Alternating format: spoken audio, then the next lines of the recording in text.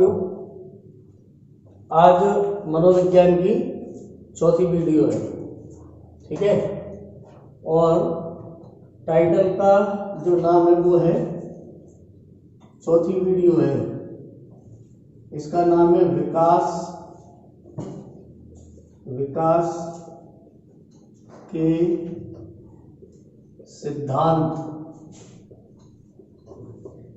विकास के सिद्धांत एवं विशेषताएं। ठीक है, विकास के सिद्धांत एवं विशेषताएं। ठीक, पिछली वीडियो में हमने विकास के बारे में समझ लिया। ठीक है, कि विकास क्या है।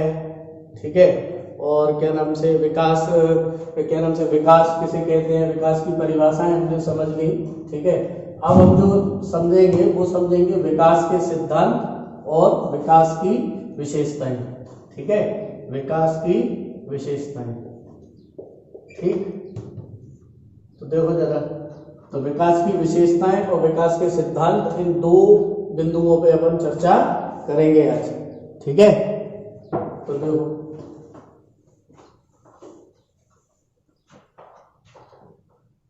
जरा, सबसे पहले हम लेंगे क्या, विकास के सिद्धांत। ठीक है, विकास के सिद्धांत। तो देखो जरा, विकास के सिद्धांतों में क्या है। पहली बात तो ये कि विकास क्या है, ये बात हमने समझ ली। और मेरे हिसाब से आप अब अगर आपने पिछली वीडियो देखी है, ठीक है, और मैं आपसे फिर से कहूंगा कि वीडियो को स्किप ना करें। ठीक है, ये मैं इसलिए नहीं कह रहा हूं कि आप अगर स्किप नहीं करोगे तो मेरी वीडियो पूरी देखी जाएगी। ठीक है, ऐसा नहीं है भैया। मेरा कहने का मतलब इतना है कि बोर्ड पे इतनी चीजें नहीं लिखी जा सकती, पहली बात। दूसरी बात, अगर मैं बोर्ड पे लिखता हूँ और पूरा डेप्थ में जाता हूँ तो बहुत लंबी वीडियो हो जाएगी। और लंबी वीडियो होने के बावजूद उससे ये नुकसान होगा आपका कि आप इतने बेचारे बिजी लोग हो कि आप उसको स्किप करते रहोगे। इसलिए मेरे शब्दों को बड़े ध्यान से सुनना। ठीक है, इसलिए मैं कह रहा हूँ स्किप मत करना। मैं कब कौन सा शब्द बोल जाऊं, शब्द बहुत महत्वपूर्ण रहेंगे यहाँ। ठीक है, पूरे मनोविज्ञान में। ठीक है, तो देखो जरा, पहली बात है क्या, विकास। अब विकास का सिद्धांत, पहला हम विकास का सिद्धांत लेके चल रहे हैं क्या, सामान्य से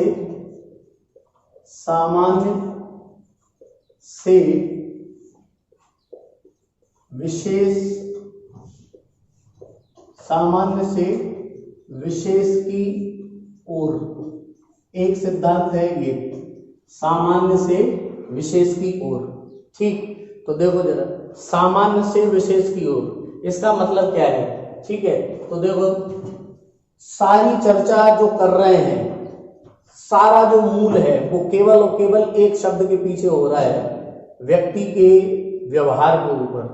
ठीक है, अब ये जो व्यवहार है, इस व्यवहार को हमने समझ लिया है पिछली वीडियो में कि व्यवहार में शारीरिक, व्यवहार में मानसिक और व्यवहार में संवेगात्मक, इन सारी चीजों को शामिल किया जाता है। ठीक है, तो यहाँ पर जो विशेषता पढ़ रहे हैं विकास की, उसमें शारीरिक विशेषता भी होगी, संवेगात्मक विशेषता भी होगी, मानसिक विशेषता भी होगी। ठीक है, अब ऐसी विशेषताएं सामान्य से शुरू होंगी। ठीक है, और विशिष्टता की ओर जाएंगी। जैसे सामान्य से विशिष्टता की ओर, मैंने कहा कि इसमें तीन चीजें हैं। ठीक है, ये सामान्य से विशेष की ओर क्या होगा, विकास होता है, ये सिद्धांत कहता है। तो ये सामान्य से विशेष की ओर ये सिद्धांत शारीरिक हो सकता है, सामान्य से विशेष की ओर ये सिद्धांत मानसिक हो सकता है, और सामान्य से विशेष की ओर ये सिद्धांत संवेगात्मक हो सकता है। ठीक है, सामान्य से विशेष की ओर ये सिद्धांत आपका कौशल हो सकता है। ठीक है, कौशल हो सकता है। सामान्य से विशेष की ओर आपकी योग्यता हो सकती है। ठीक है, सामान्य से विशेष की ओर आपकी गुणवत्ता हो सकती है। ठीक है, और भी। ठीक, तो पहला सिद्धांत क्या कह रहा है, पहला सिद्धांत कह रहा है कि विकास हमेशा सामान्य से विशिष्ट की ओर चलता है। ठीक है, इसका मतलब क्या है, इसका मतलब ये है कि यहाँ पर कोई भी चीज अगर विकसित हो रही है तो पहले, मतलब हम एक शब्द लेते हैं विकास और एक शब्द लेते हैं विकसित। ठीक है, एक होता है विकासशील और एक होता है विकसित। इन दोनों के बीच अंतर इतना है कि विकसित एक क्या हो चुका है, विकास कर चुका कोई व्यक्ति, विकास कर चुका कोई बालक, विकास कर चुका कोई देश, यानी विकास हो चुका हो तब एक शब्द होता है विकसित। और विकासशील का मतलब होता है कि वो विकास के मार्ग पर अभी चल रहा है, ठीक है। तो यहाँ पर जो विकास है, विकास का जो सिद्धांत है वो एकदम ऐसा नहीं होगा कि एकदम विशिष्टता आ जाएगी, ऐसा नहीं होगा। मतलब ये सिद्धांत ये बताने की कोशिश कर रहा है कि शुरुआत हमेशा सामान्य से होती है, ठीक है। जैसे मैं आपसे बोलूं कि सर्वश्रेष्ठ शब्द है एक, क्या, सर्वश्रेष्ठ, ठीक है। तो देखो जरा, एक शब्द क्या है, सर्वश्रेष्ठ, ठीक। तो जो सर्वश्रेष्ठ शब्द है, सर्वश्रेष्ठ जो शब्द है, ये सर्वश्रेष्ठ बनने के लिए मैं आपसे ये नहीं कहूंगा कि पहले श्रेष्ठ बनना जरूरी है। पहले आपसे यही, आप पहले श्रेष्ठ बनोगे तब सर्वश्रेष्ठ बन पाओगे ना। मतलब ये कि श्रेष्ठ पहले जरूरी बनना है हमें, तब हम सर्वश्रेष्ठ बन पाएंगे।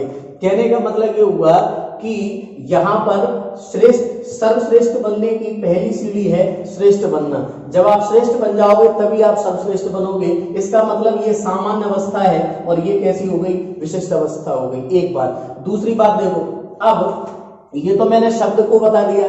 अगर आपको सीढ़ियों पर चढ़ना है, ठीक है, तो आपको अगर सीढ़ियों पर चढ़ना है या अगर आपको शिखर पर चढ़ना है तो उसका आपको क्या करना पड़ेगा, आरोहण करना पड़ेगा। फर्ज कर लो ये कोई क्या नाम से पहाड़ी है या पर्वत है, इस पर आप क्या नाम से चढ़ रहे हो, इस पर आप चढ़ रहे हो, तो इसका मतलब क्या है कि आपने यहां से शुरुआत की ऊपर चढ़ने के लिए, या सीधे यही जाके क्या हो गए, आप पहुंचे।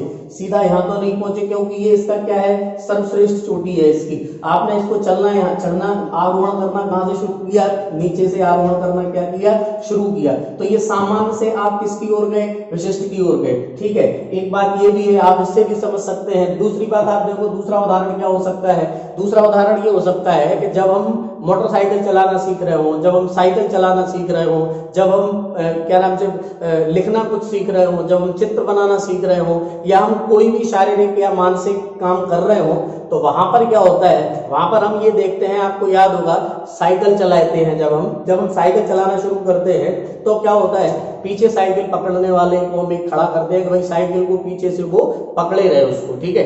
तो साइकिल पकड़े रहता है, हम चलाते रहते हैं और हम क्या सोचते हैं, हमने हैंडल को बहुत ताकत से पकड़ते हैं कि हैंडल हाथ से साइकिल छूट के जाने वाली है, लेकिन ऐसा तो होना नहीं है। लेकिन हम साइकिल को बहुत जोर से पकड़ेंगे और पीछे वाला जो होगा वो उसको पकड़े रहेगा, उससे कहेंगे छोड़ना नहीं, छोड़ना नहीं, छोड़ना नहीं। इसका मतलब क्या है कि आप सामान्य काम कर रहे हो। साइकिल चलाने की जो यांत्रिक व्यवस्था है, आप उस व्यवस्था की सामान्य अवस्था में हो। अभी बात समझ आ रही है ना। अब क्या होगा, धीरे धीरे हम कहेंगे यार अब जरा छोड़ना, थोड़ा थोड़ा छोड़ना, बस थोड़ा थोड़ा, एकदम नहीं छोड़ना, थोड़ा थोड़ा छोड़ना, तो वो थोड़ा थोड़ा छोड़ेगा। फिर आप साइकिल में जो हैंडल आपने बहुत मजबूती से पकड़ रखा था, अब वो उस हैंडल को आप क्या करोगे, थोड़ा सा उसको सॉफ्ट कर दोगे। मतलब जितनी मजबूती से आपने पकड़ा था उसको थोड़ा सा आप लूज पकड़ने की क्या करोगे, कोशिश करोगे। फिर धीरे धीरे आप साइकिल चलाना सीख जाओगे। फिर आप क्या करोगे, फिर आप उसमें स्टंट दिखाने लगोगे, कभी ये हाथ छोड़ दोगे, कभी बीच में हैंडल पकड़ लोगे, कभी पीछे आप कैरियर पे बैठ जाओगे, कभी सीट पे बैठ जाओगे। तो ये क्या आ गई, ये विशिष्टता आ गई। तो ये जो विशिष्टता आई, ये विशिष्टता का क्या, साइकिल चलाने में आई,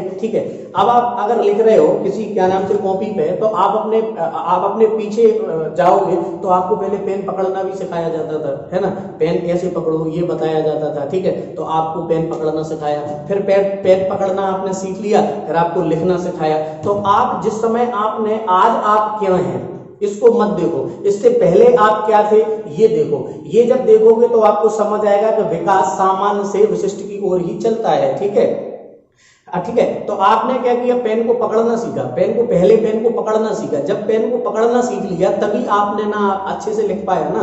पहले आप अलग अलग करके लिख रहे थे, है ना, फिर आपने मिला के लिखना शुरू कर दिया। ये भी एक सामान्य से विशिष्ट की ओर है। जैसे आपको पहले छोटा आ, बड़ा आ, छोटी ई, बड़ी ई ये बताई जाती है, ठीक है। इनका एक सीक्वेंस बताया जाता है, ठीक है। इनको एक सीक्वेंस में रखना, चाहे आपकी गिनती हो, ठीक है, चाहे आपके पहाड़े हो, चाहे आपकी छोटा आ बड़ा आ हो, वर्णमाला सिखाई जा रही हो, ठीक है। तो ये सारे शुरुआत में जब हम पढ़ते हैं तो ये सब क्या होते हैं, सामान्य होते हैं।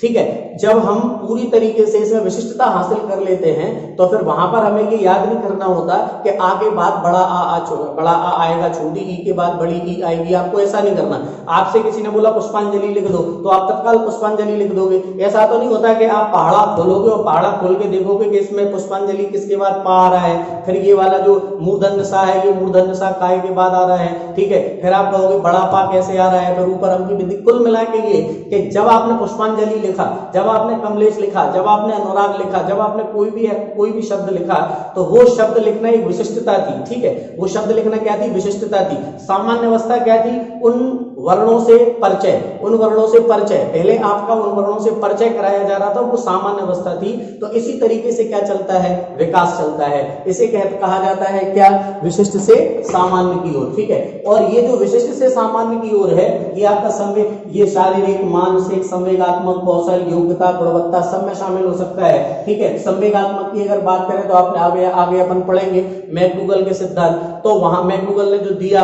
क्या नाम से संवेग कितने बताए? 14। तो ये जो संवेग है, इन संवेगों में भी क्या आता है? सामान्य से विशिष्ट की ओर ये संवेग जाते हैं, वहां पे चर्चा करेंगे हम। तो हर चीज विकास अगर हो रहा है तो वो विकास हमेशा सामान्य से काय की ओर चलता है, विशिष्ट की ओर चलता है। ये कहता है पहला वाला सिद्धांत। बात समझ आ गई? अब दूसरा देखो, आगे देखो दूसरा सिद्धांत। दूसरा सिद्धांत क्या है? दूसरा सिद्धांत आपका है क्या? कि परस्पर संबंध का सिद्धांत। परस्पर संबंध का सिद्धांत, ठीक। अब देखो जरा परस्पर संबंध का सिद्धांत। अब एक व्यक्ति के पास कोई भी अगर है तो ज्ञानेंद्रियां अगर हैं तो दो प्रकार की ज्ञानेंद्रियां हैं। कर्मेंद्रियां, दो प्रकार की ज्ञानेंद्रियां नहीं, इंद्रियां दो प्रकार की हैं, ज्ञानेंद्रियां और कर्मेंद्रियां, ठीक है। 5 कर्मेंद्रियां, 5 ज्ञानेंद्रियां। अब आप जो ज्ञानेंद्रिय से सीख रहे हो, उसी ज्ञानेंद्रिय से आपकी सीखी हुई कोई भी क्या नाम से कोई भी कौशल, कोई भी योग्यता आपकी कर्मेंद्रियों में शामिल हो जाएगी, ठीक है। संबंध हो गया। दूसरी बात, ऐसा भी संबंध हो सकता है कि आपने ये भी बात सुनी होगी कि स्वस्थ शरीर जब होता है तो उसमें स्वस्थ मस्तिष्क रहता है, और जब स्वस्थ मस्तिष्क होता है तो उसमें स्वस्थ विचार रहते हैं। तो कहने का मतलब स्वस्थ शरीर का संबंध स्वस्थ मस्तिष्क से हो गया और स्वस्थ मस्तिष्क का संबंध स्वस्थ विचार से हो गया। तो मेरा कहने का मतलब ये कि ये सिद्धांत ये बताने की कोशिश कर रहा है, ये बात बताने की कोशिश कर रहा है ये सिद्धांत कि परस्पर शारीरिक विकास अगर किसी का अच्छा हो रहा है तो ये कहा जा सकता है कि मानसिक विकास भी अच्छा हो रहा होगा। आपको ये बात थोड़ी सी अटपटी लग सकती है कि ऐसा कैसे माने, किसी की हाइट कम होती है फिर भी वो क्या नाम से मानसिक रूप से आगे होता है। हाइट की बात नहीं कर रहा हूं मैं, मेरा कहने का मतलब ये कि अगर किसी का शारीरिक विकास अच्छा है, ठीक है, शारीरिक विकास कब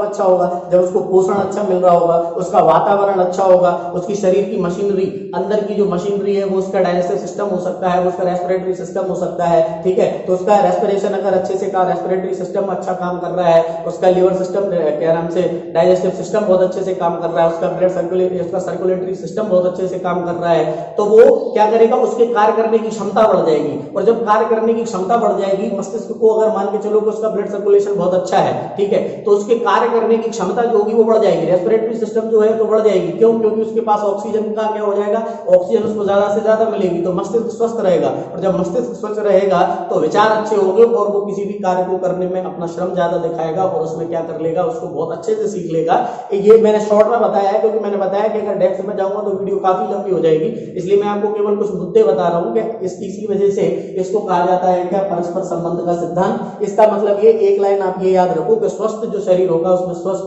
क्या नाम से मस्तिष्क होगा, और स्वस्थ मस्तिष्क होगा उसमें स्वस्थ क्या होंगे? विचार होंगे। तो विकास में प्रत्येक क्या नाम से व्यक्ति का व्यक्ति मतलब एक दूसरे से विकास क्या होता है? संबंधित होता है। एक अवस्था दूसरी अवस्था से क्या होती है? संबंधित होती है, ठीक है।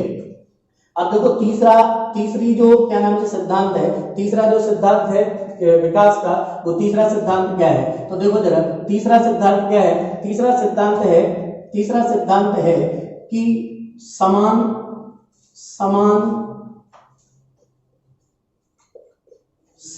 प्रतिमान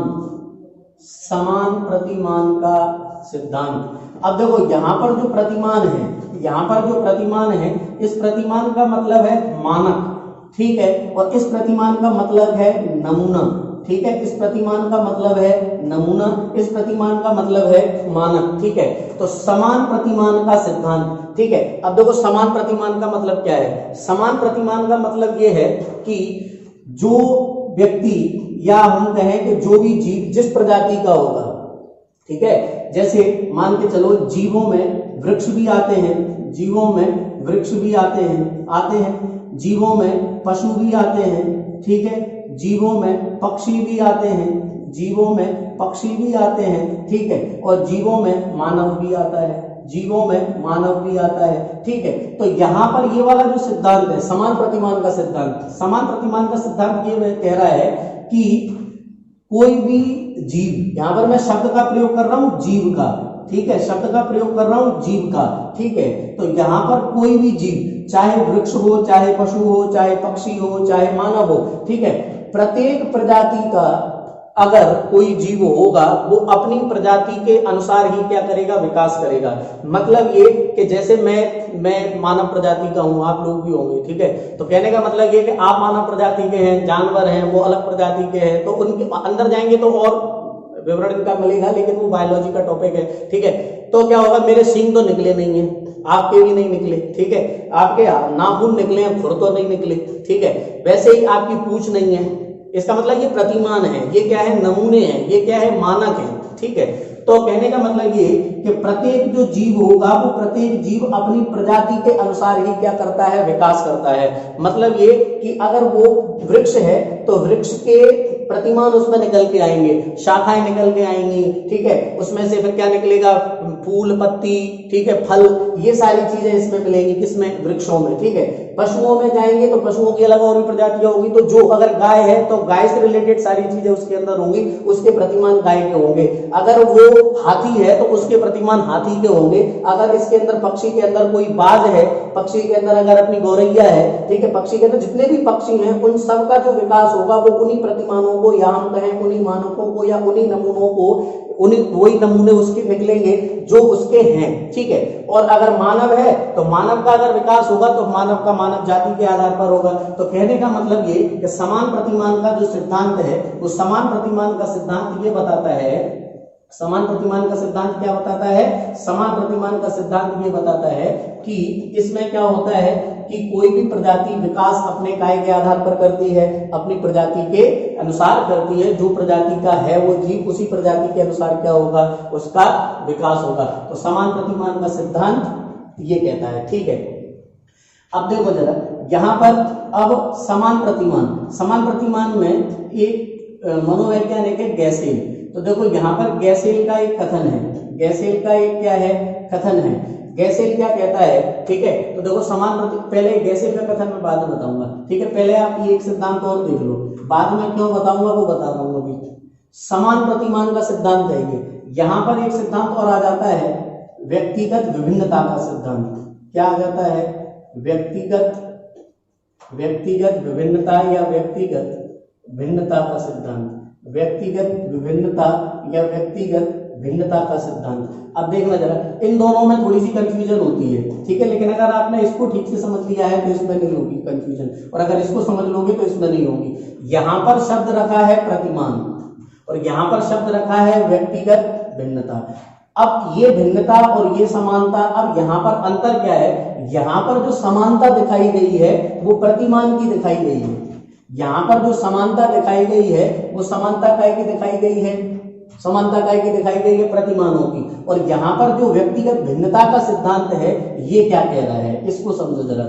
व्यक्तिगत भिन्नता मतलब ये कि मनोविज्ञान हो या कोई भी विज्ञान हो, वो किसी भी एक घटना को या किसी भी एक वस्तु को लेकर नहीं चलता, वो सारी चीजों को लेकर चलता है। तो मनोविज्ञान सारे बालकों को लेकर चल रहा होगा, सॉरी बाल विकास सारे बालकों को लेकर चल रहा होगा, मनोविज्ञान सभी व्यक्तियों को लेकर चल रहा होगा, ठीक है। तो कहने का मतलब ये कि ये वाला सिद्धांत ये कहता है कि हम सबको एक साथ लेके चल रहे हैं, सबको एक साथ लेके चल रहे हैं, लेकिन एक बात को हम विशेष रूप से ध्यान में दिए हुए हैं, वो ये कि किसी भी बालक का, जरूरी नहीं है कि जो सभी बालक हैं, हम जितने भी मतलब बालक मतलब बालक, सारे वर्ल्ड के बालक जितने भी बालक हैं, तो सभी बालकों का जो सभी बालकों का ठीक है, सभी बालकों का जो क्या होगा, विकास होगा, सभी बालकों का जो विकास होगा वो विकास एक जैसा नहीं होता। मतलब समझना जरा, मतलब सभी बालकों में विकास समान नहीं होता।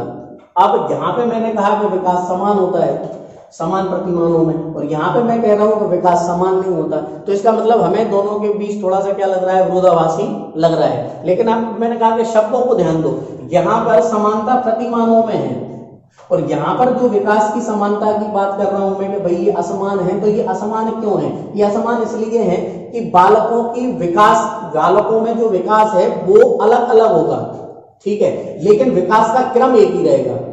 इसमें एक सिद्धांत और एक साथ जोड़े लेते हैं हम, विकास के क्रम का सिद्धांत, ठीक है, या फिर इसको बोला जाता है क्रमिक विकास का सिद्धांत। इसको क्या बोला जाता है? क्रमिक विकास का सिद्धांत। क्या बोला जाता है? क्रमिक विकास का सिद्धांत। इसे क्या बोला जाता है? क्रमिक विकास का सिद्धांत। अब इन तीनों को एक साथ लेके चलना, कंफ्यूजन नहीं होगी। यहाँ पे मैं कह रहा हूं कि सभी बालकों में विकास एक जैसा नहीं होता, यहाँ पर मैं कह रहा हूं कि सभी बालकों में विकास एक जैसा होता है, और यहाँ पर मैंने कहा कि प्रतिमान कैसे होते हैं, समान होते हैं। तो तीनों में विरोधाभासी लग रहा है, लेकिन है नहीं है, क्योंकि शब्दों को समझना है। पहले वाले में प्रतिमान ले लिया, दूसरे वाले में व्यक्तिगत। यहाँ पर जो सबसे मेन शब्द है वो है व्यक्तिगत, और यहाँ पर उन्होंने एक शब्द ले लिया क्रमिक विकास। अब समझना जरा, यहाँ पर कोई भी अगर बालक है, जैसे मैं हूं, ठीक है, मैं बालक तो नहीं बचा, मैं तो प्रौढ़ हो गया, शादी हो गई, बच्चे हो गए, ठीक है, लेकिन कहने का मतलब ये कि जो बच्चे हैं, ठीक है, उन बच्चों में विकास एक जैसा नहीं होगा, एक जैसा विकास नहीं होगा, उनमें व्यक्तिगत भिन्नताएं पाई जाएंगी। अब ये जो व्यक्तिगत भिन्नता होगी, ये व्यक्तिगत भिन्नता कैसी होगी? विकास की गति को लेकर होगी, विकास की गति को लेकर। किसी बालक में विकास बहुत तीव्र हो जाएगा, किसी बालक में विकास मंद गति से होगा, किसी बालक में विकास मध्यम गति से होगा। तो ये भिन्नता हो गई। मतलब आपने देखा भी होगा, कोई बालक बहुत जल्दी चलना सीख जाता है, कोई बालक बहुत जल्दी बोलना सीख जाता है, कोई बालक बहुत जल्दी क्या नाम से अगर वो कोई यांत्रिक कार्य सीख रहा है तो यंत्रवत क्रियाएं बहुत जल्दी करने लगता है। कई बालकों को बोलने में टाइम लगता है, कई बालक को चलने में टाइम लगता है, कई बालक को यांत्रिक क्रियाएं करने में टाइम लगता है। तो ये तो हो गई व्यक्तिगत भिन्नता, ठीक है। और यहाँ पर जो शब्द है क्रमिक, तो यहाँ पर समझना जरा, तो इस तरीके से तो भिन्नता है, लेकिन क्रमिक समानता है, मतलब क्रम में समानता होगी। यहाँ पर क्या होगा? क्रम में समानता होगी। अब आप कहोगे कि ये क्रम क्या हुआ? क्रम का क्या मतलब हुआ? क्रम का मतलब ये हुआ, आपको याद होगा हमने पिछली वीडियो में हरलोक की एक परिभाषा देखी थी, और हरलोक ने परिभाषा दी थी कि विकास प्रगतिशील परिवर्तनों की एक ऐसी श्रृंखला है जो कैसी होती है? नियमित होती है, क्रमबद्ध होती है, सुव्यवस्थित होती है। और उसमें मैंने आपको बताया था कि क्रमबद्ध का मतलब होता है कि पहले एक स्टेज का क्या नाम से विकास हो चुका होगा, तभी अगला कोई विकास होगा। ऐसा नहीं होगा कि क्या नाम से कि पहले कोई विकास हो गया किसी बालक में, कि भाई किसी बालक के पहले बाल आ गए फिर दांत आएंगे। बात समझ रहे हो ना? आप अगर बालक अमेरिका में रह रहा है, एक बालक फर्ज कर लो भारत में रह रहा है, ठीक है, या मान लो कि एक बालक क्या नाम से आपका रूस में रह रहा है, यूरोप में रह रहा है, इंग्लैंड में कहीं भी रह रहा है, और एक बालक आपका रह रहा है अफ्रीका के बिल्कुल लास्ट छोर पे, ठीक है।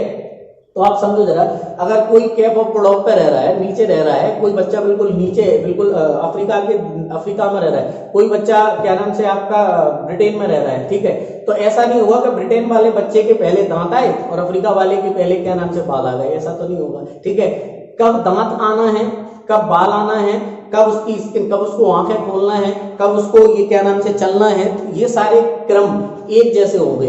तो बात समझना जरा, बालकों में विकास का क्रम समान है, ठीक है, विकास का क्रम समान है, सिर्फ बालकों में नहीं, जीवों में। अगर पशु भी है तो पशु, चाहे आप दक्षिण अफ्रीका का पशु ले आओ, चाहे आप क्या नाम से पापुआ न्यू गिनी में से उठा लाओ, चाहे आप क्या नाम से ऑस्ट्रेलिया चले जाओ, चाहे आप क्या नाम से भारत में आ जाओ, पशु का जो विकास जिस क्रम में होना है उसी क्रम में विकास होगा, क्रम में परिवर्तन नहीं आएगा।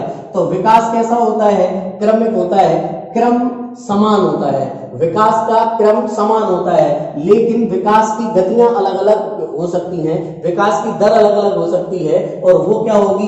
व्यक्तिगत होगी। वो क्या होगी? व्यक्तिगत होगी। ये तो अपने परिवार में ही देख लिया है ना, परिवार में ही हमने देखा होगा, एक भाई अपना जल्दी चलना सीख गया, एक भाई थोड़ा देर में सीखा, एक भाई थोड़ा कुशाग्र बुद्धि है, एक भाई कैसा है थोड़ा मंद बुद्धि है, तो कहने का एक भाई औसत बुद्धि है। तो कहने का मतलब ये कि व्यक्तिगत तो भिन्नताएं हैं लेकिन विकास में क्रमिक समानता है और प्रतिमानों की क्या है, समानता है। अब यहाँ पर वो मैं परिभाषा रख रहा हूं गैसेल की, यहाँ पर मैं परिभाषा रख रहा हूं गैसेल की, जो मैं यहाँ मैंने मिटा दी थी।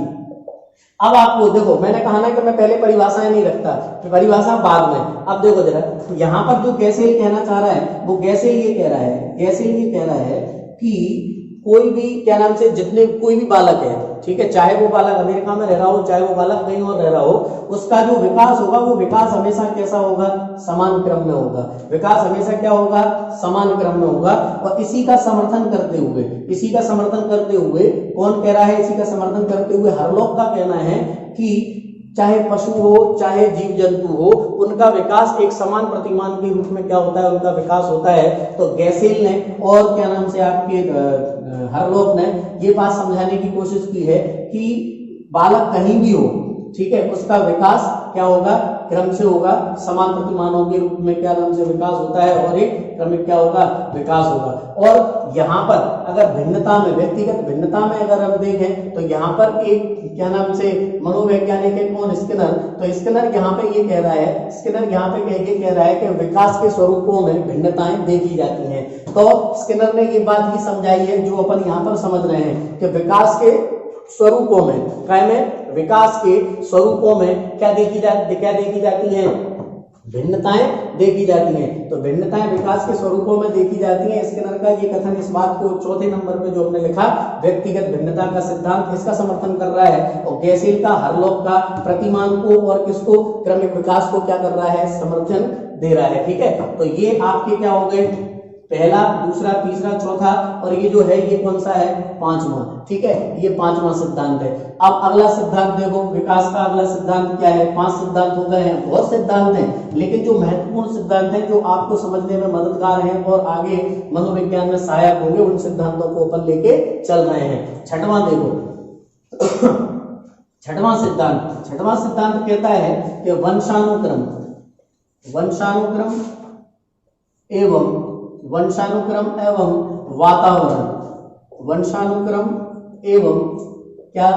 वातावरण की अंतःक्रिया का सिद्धांत। ये कह रहा है वंशानुक्रम एवं वातावरण की अंतःक्रिया का सिद्धांत। बात समझना जरा, तो वंशानुक्रम क्या है और वातावरण क्या है, इसकी डिटेल में चर्चा तो हम आगे करेंगे। यहाँ पर हम एक शब्द है जो हम प्रयोग, जिसको हमें समझना है, अंतःक्रिया। तो आप समझना जरा, मतलब ये कि ये कहना चाह रहा है कि विकास, वंशानुक्रम और वातावरण, ये सिद्धांत ये कह रहा है कि विकास, वंशानुक्रम और वातावरण दोनों की अंतःक्रिया का क्या है, परिणाम है। ये कहना चाह रहा है ये वाला सिद्धांत। मतलब ये कि वंशानुक्रम भी जरूरी है और वातावरण भी जरूरी है। इस बात को समझाने के लिए हमेशा मैं एक शब्द का प्रयोग करता हूँ, एक शब्द का नहीं, एक वाक्य का प्रयोग करता हूँ। वो ये कि अगर हम कहीं से हाइब्रिड बीज लेके आते हैं, अगर हम कोई सीड लेके आते हैं जो बहुत क्या नाम से अच्छा क्या नाम से हमें उत्पादन देने वाला है, ऐसा हम कहीं से बीज लाते हैं और उस बीज को जमीन में अंदर रोप देते हैं, बो देते हैं। अब अगर उसको हमने बो दिया, बीज को बो दिया, तो उस बीज के अंदर जो था वो वंशानुक्रम था, और हमें पता है कि हम जो बीज लेके आए हैं वो सर्वश्रेष्ठ है, लेकिन आपने उसको वातावरण के रूप में पानी नहीं दिया, वातावरण के रूप में आपने उसको उर्वर नहीं दिया, वातावरण के रूप में आपने उसको प्रकाश नहीं दिया, तो ये होगा कि वो बीज भले ही उसका वंशानुक्रम बहुत अच्छा था,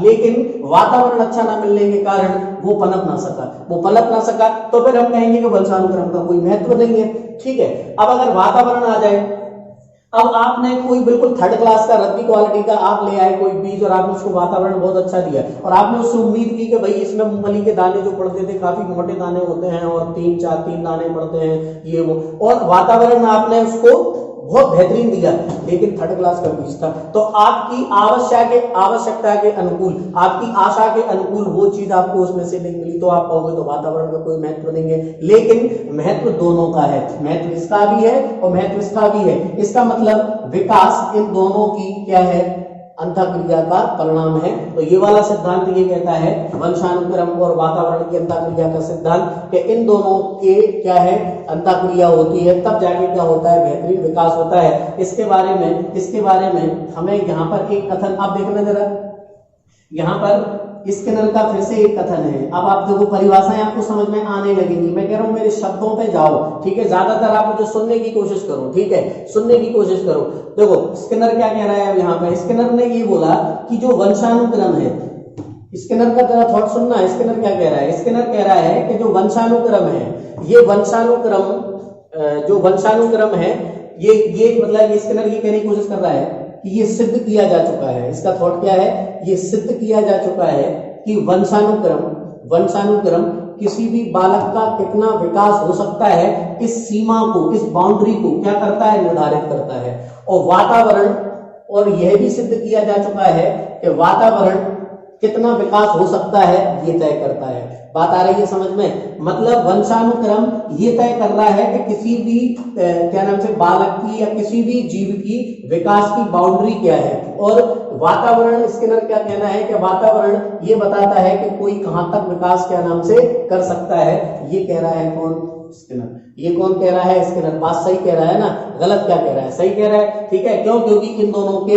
अंतःक्रिया का क्या है, परिणाम है। दूसरी बात, यहाँ पर अगर हम दो व्यक्ति लें, क्या, एक व्यक्ति वुडवर्थ, ठीक है, और एक व्यक्ति का नाम है मोरेक्विस, एक व्यक्ति का नाम है क्या, मोरेक्विस। तो देखो इन दोनों का कथन, ये दोनों ये कहते हैं कि जो विकास है वो विकास वंशानुक्रम और वातावरण का योग नहीं है, गुणनफल है। योग नहीं है, गुणनफल है। ये कह रहे हैं कौन, वुडवर्थ और मोरेक्विस। तो क्या गलत कह रहे हैं भैया? क्योंकि सिद्धांत भी तो ये कह रहा है कि वंशानुक्रम और वातावरण की अंतःक्रिया का क्या है, परिणाम है। तो वुडवर्थ ने और मोरेक्विस ने यही चर्चा की कि वंशानुक्रम और वातावरण का दोनों का योग नहीं है, दोनों का क्या है, गुणनफल है, ठीक है। ये वुडवर्थ और मोरेक्विस ने कह दिया। स्किनर का मैंने बता दिया, स्किनर ने कहा कि वंशानुक्रम ये तय करेगा कि इसकी बाउंड्री क्या है, और ये तय करेगा उसको कहां तक क्या किया जा सकता है, विकसित किया जा सकता है। तो ये वंशानुक्रम एवं वातावरण की अंतःक्रिया का क्या हुआ, सिद्धांत हुआ, ठीक है, किसका, विकास का। अगला सिद्धांत देखो, अगला सिद्धांत है सातवां सिद्धांत, ठीक है। तो देखो जरा, ये वाला सिद्धांत क्या कह रहा है, वंशानुक्रम का हो गया, वातावरण का सिद्धांत हो गया, व्यक्तिगत भिन्नता का, समान प्रतिमानों का सिद्धांत हो गया, परस्पर हाँ। अब ये कह रहा है एकीकरण का सिद्धांत। ये क्या कह रहा है, एकीकरण, ठीक है, का सिद्धांत, एकीकरण का सिद्धांत। अब देखो जरा, एकीकरण का सिद्धांत क्या है, या एकीकृत सिद्धांत भी कहते हैं इसको। एकीकरण का सिद्धांत का मतलब है कि मैंने बताया था पिछली बार भी और फिर बता रहा हूं, एकीकरण का सिद्धांत का मतलब है कि हम जैसे यहाँ पर सामान्य क्रिया कोई बालक कर रहा है, ठीक है, तो सामान्य क्रिया का मतलब ये कि मुझे ये मान के चलो कि मुझे किसी व्यक्ति को इशारे से बुलाना है, तो अभी मैं बड़ा हो गया हूँ, ठीक है, तो मैं क्या करूंगा, मैं आंखों से भी बुला सकता हूँ, ठीक है, ऐसे कर दूंगा, आप समझ जाओगे। और आजकल तो जो इशारे आपको पता ही खूब चलते हैं, नहीं, इशारों में दिल लेने वाले, और बताइए हुनर तुमने सीखा कहाँ से। तो इशारों में दिल चले आते हैं तो इंसान तो बहुत छोटी पूरी बात है। तो मेरे कहने का मतलब ये कि एकीकरण, तो एकीकरण आप कहोगे कि भाई इशारों में दिल लेने से, दिल के आने से एकीकरण का क्या संबंध है। मैं वही बताने की कोशिश कर रहा हूं कि एक बच्चा अगर होगा तो वो बुलाएगा तो पूरा हाथ उठाएगा, एक ऐसा होगा कि यहीं खड़ा रहेगा और बस उंगली हिला देगा कि आओ तो आ जाओगे, एक ऐसा होगा जो बस आंखों से बुला लेगा, एक ऐसा होगा गर्दन से बुला लेगा। इसका मतलब ये हुआ कि शुरुआत में हम पूरे शरीर का प्रयोग कर रहे हैं, फिर हमने क्या किया, फर्ज कर लो कि पैर का प्रयोग करना है, हम पूरे पैर का प्रयोग। अब हमें किसी चीज को उठाना है और वो हमारे पास में है तो हम पूरा पैर ले सकते हैं। और अगर आप कहीं फंस गए हैं तो आपने देखा होगा, आप केवल तलवे को ऐसे कर लोगे, मूवीज में देखा होगा, थोड़ा सा पैर का तलवा, पैर दिख नहीं रहा होगा मेरा, तो आप मूवीज को इमेजिन करोगे, मूवी अगर देख रहे होगे तो बस वो खड़ा रहेगा, पैर को नहीं हिलाएगा, तलवे को थोड़ा सा मूव करेगा और चीज को अपने पास खिसका लेगा। इसका मतलब उसने क्या किया, एकीकरण किया। एकीकरण कैसा, विशिष्टता लाया। मतलब पहले उसने क्या किया था, पहले वो किसी भी शरीर के पूरे अंग का प्रयोग कर रहा था, अब उसने उस शरीर के भी जो सबसे छोटे से छोटा जो शरीर का जो पार्ट है उसका भी क्या कर रहा है, प्रयोग कर रहा है। जैसे मैंने बोला था कि एक ड्राइवर गाड़ी चला रहा है, एक साइकिल चलाने वाला अगर कोई राइडर है, तो अगर राइडर गाड़ी राइड कर रहा है, टू व्हीलर चला रहा है, और अगर कोई ड्राइवर कार चला रहा है, तो हम देखेंगे कि अगर वो राइडर है तो उस राइडर का पैर काम कर रहा होगा, पैर के अंगूठे काम कर रहे होंगे, उंगलियां काम कर रही होंगी, अंगूठा हॉर्न दबाने के लिए भी काम कर रहा होगा, और क्या नाम से उसको स्टार्ट करने के लिए भी क्या कर रहा होगा, काम कर रहा होगा। लेकिन शुरुआती दौर में उसने साइकिल को पूरा सीधा पकड़ा था, और आपको पता भी होगा कि हाथ बिल्कुल सीधे थे। इसका मतलब ये हुआ कि उसने क्या कर लिया, एकीकरण कर लिया। अब उसका दिमाग भी, उसका शरीर भी, यानी गामक क्रियाएं और आपकी क्या मानसिक क्रियाएं, दोनों क्रियाएं एक साथ हो रही हैं। तो पहले उसने गामक को अकेला सीखा, फिर मानसिक क्रियाओं दोनों को मर्ज कर लिया, तो उसने क्या कर लिया, एकीकरण कर लिया। और इसका मतलब ही होता है समाकलित कर देना। समाकलित का मतलब होता है दो या दो से अधिक चीजों को मिलाकर एक कर देना। तो यहाँ पर जो अलग अलग कौशल अलग अलग शरीर के अंगों से और मानसिक संवेगों से सीखा था, उसको मिला के क्या कर दिया, एक कर दिया। ये क्या कहलाया, एकीकरण। ये क्या कहलाया, एकीकरण का सिद्धांत। अगला सिद्धांत देखो जरा, अगला सिद्धांत है क्या, तो देखो अगला सिद्धांत क्या है। अगला सिद्धांत जो भी हो, मैं कितनी भूल गया, 9वां 10वां जो भी हो, अगला सिद्धांत जो भी है उस अगले सिद्धांत को देखो। अगला सिद्धांत है दिशा का सिद्धांत। अगला सिद्धांत किसका है, दिशा का सिद्धांत। अब जो दिशा का सिद्धांत है, ये दिशा का सिद्धांत दो तरीके से दिशा का सिद्धांत है, ठीक है। एक है क्या, आपने क्या नाम से सुना भी होगा, एक सिर से पैर की ओर, एक सिर से पैर की सिर से पैर की ओर, और एक क्या होता है, केंद्र से परिधि की ओर, ठीक है। एक होता है केंद्र से परिधि की ओर और एक होता है सिर से पैर की ओर, ठीक है। अब देखो जरा इसको, ये सिर से पैर की ओर, तो मतलब ये कि पहले सिर का विकास होता है, फिर शरीर के विभिन्न अंगों का विकास होता है, ठीक है। तो इसके बारे में कप्पू स्वामी क्या कहते हैं, ये कप्पू स्वामी के कथन से समझ जाओ, क्योंकि और डिटेल में जाऊंगा तो वीडियो फिर से बड़ी हो जाएगी और आप लोग बहुत व्यस्त आदमी हो, ठीक है। तो मैं इन शॉर्ट बता देता हूँ, कप्पू स्वामी की सीधी परिभाषा रखे देता हूँ।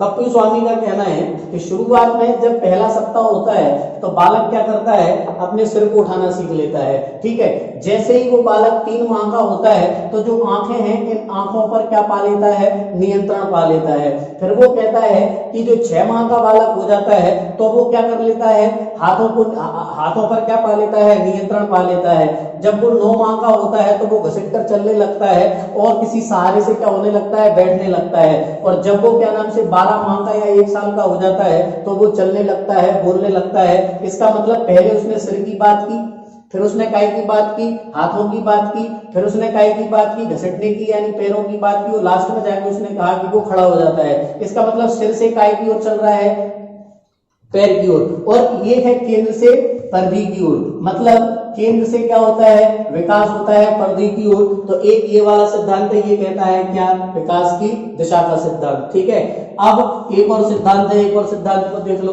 ठीक है। एक सिद्धांत है, बहुत से सिद्धांत है, एक वर्तुल सिद्धांत है, ठीक है, जिसमें क्या होता है, कुछ इस तरीके से माना जाता है कि विकास होता है। मैंने कहा सिद्धांत ज्यादा है, वीडियो फिर से लंबी हो जाएगी, इसलिए मैं आपको इन शॉर्ट बता देता हूँ कि इतने सिद्धांत मैंने बता दिए। अब आपको सिद्धांतों का कॉन्सेप्ट समझ आ गया होगा। मैं बार बार कहता हूँ कि मनोविज्ञान को समझना है हमें, ठीक है।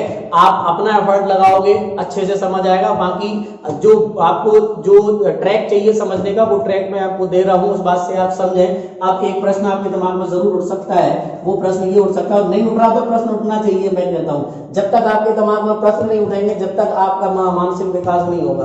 आपके पास प्रश्न उठना चाहिए, इससे पता चलता है कि आपने चीजों को ध्यान से सुना है, और अगर सुना सिर्फ सुना नहीं है, समझा भी है। अगर समझा नहीं होता तो प्रश्न नहीं उठते। अगर प्रश्न उठ रहा है, अगर नहीं उठ रहा तो उठाओ। और प्रश्न ये कि यहाँ से पेपर में प्रश्न आएगा कैसे, तो मैं आपके ऊपर छोड़ता हूँ, आप सोचो ये प्रश्न कैसे आएंगे। बाकी हम आगे चर्चा करेंगे, तब तक के लिए धन्यवाद।